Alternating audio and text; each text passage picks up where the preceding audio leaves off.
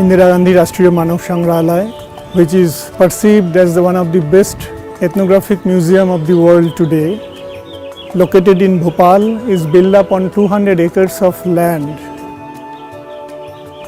And this is the only museum in the world where we can get 32 rock shelters in in-situ positions. हमारी अंतरंग प्रदर्शनियां हैं जहां पर विभिन्न प्रकार की वस्तुएं जो विभिन्न मानव समुदायों द्वारा प्रयोग की जाती हैं वो यहां पर प्रदर्शित की गई हैं, जिनको देख करके भारत की विविध संस्कृतियों का हमें ज्ञान होता है।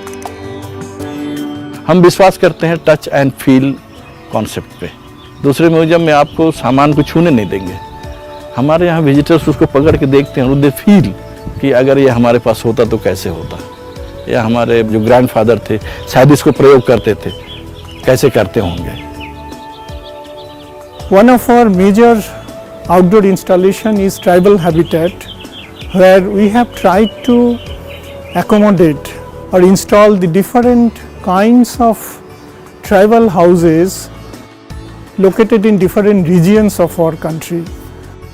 स्कूलों कॉलेजों में हम किताबी ज्ञान पाते हैं, लेकिन एक म्यूजियम में आके एक विद्यार्थी या एक स्टूडेंट्स या एक स्कॉलर वो प्रैक्टिकल ज्ञान पाता है। तो विद्यार्थी को यहाँ प्रैक्टिकली स्टेज बाय स्टेज वो देखने को मिलती है, तो एक क्यूरियोसिटी भी होती है कि अरे हम पहले बंदर थे, हमारा पूंछ कैसे कट गया। एक बच्चा या एक स्टूडेंट ये सोचता है। भारतवर्ष के किसी दूसरे म्यूजियम में आप इस तरह की चीज़ें देखने को नहीं मिलेंगी। ये बहुत ही सुंदर है और बहुत ही दर्शनीय है। We have the desert village area, we have coastal village, more than 27,000 of specimens collected from different parts of the country, and fortunately we have some collections from different other parts of the world also.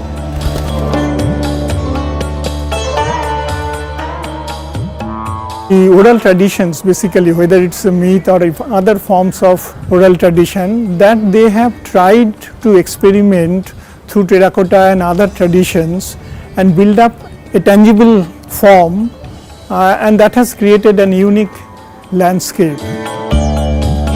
ये एक ऐसी जगह है जहाँ पर आने के बाद हम अपने को कुछ जानने के लिए हमेशा उत्सुक तो पाते ही हैं, साथ ही साथ हमारा मनोरंजन भी भरपूर होता है। मानव संग्रहालय की एक खास बात है, यहाँ ऐतिहासिक चीज़ों के साथ साथ समकालीन संस्कृतियों की वस्तुएं भी प्रदर्शित की गई हैं। जो आज हमको जनजातीय इलाकों में देखने को मिलता है, उन चीज़ों को भी प्रदर्शित किया गया है।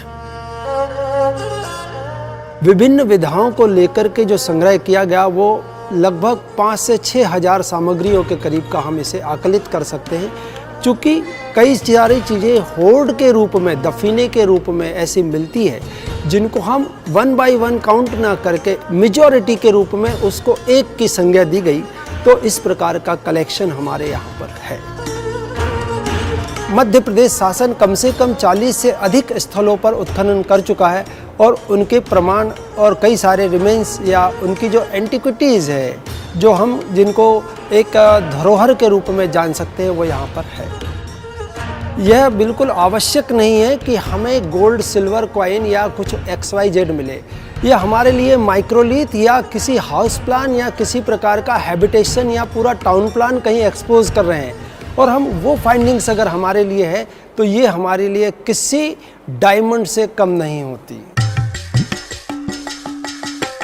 मध्य प्रदेश का जो जनजातीय जीवन है बहुत ही रंगीन है, कलरफुल है, इसलिए उसे उसी प्रकार से यहाँ सहेजने की कोशिश की गई है। जैसे स्टेट म्यूजियम है तो वो पुरातात्विक महत्व की वस्तुएं और जो संस्कृति है हमारी वो संग्रहित की गई है, और मानव संग्रहालय जो है मानव विज्ञान को लेकर बनाया गया है, वहाँ भी कलात्मक सावरी। लेकिन हमारा जो जनजातीय संग्रहालय है वो केवल कलात्मक जीवन और जीवन में कलाएँ, परंपराएँ, उनके खान पान, उनका रहन सहन, उनके वैवाहिक, उनके धार्मिक कृत्य, जैसे कि यहाँ देवलोक दीर्घा है, आवास दीर्घा है, कलाबोध दीर्घा, सृजनात्मक दृष्टि को ध्यान में रखते हुए उसे यहाँ डिस्प्ले किया गया है। यहाँ जो लोग आते हैं वो सभी तरह की चीज़ें देखना पसंद करते हैं और पूरा संग्रहालय ही उनको देखकर वो लोग अभिभूत हो जाते हैं, क्योंकि जिस तरीके से चीज़ें यहाँ लगाई गई हैं, छोटी चीज़ को यहाँ एक लार्ज करके लगाया गया है, बड़ा करके लगाया गया है, ताकि अच्छे से डिटेल्स उसके देखे जा सके, समझा जा सके उसे। जो यहाँ एक बार आता है वो कई बार हमने देखा है कि वो बार बार आने की कोशिश करता है।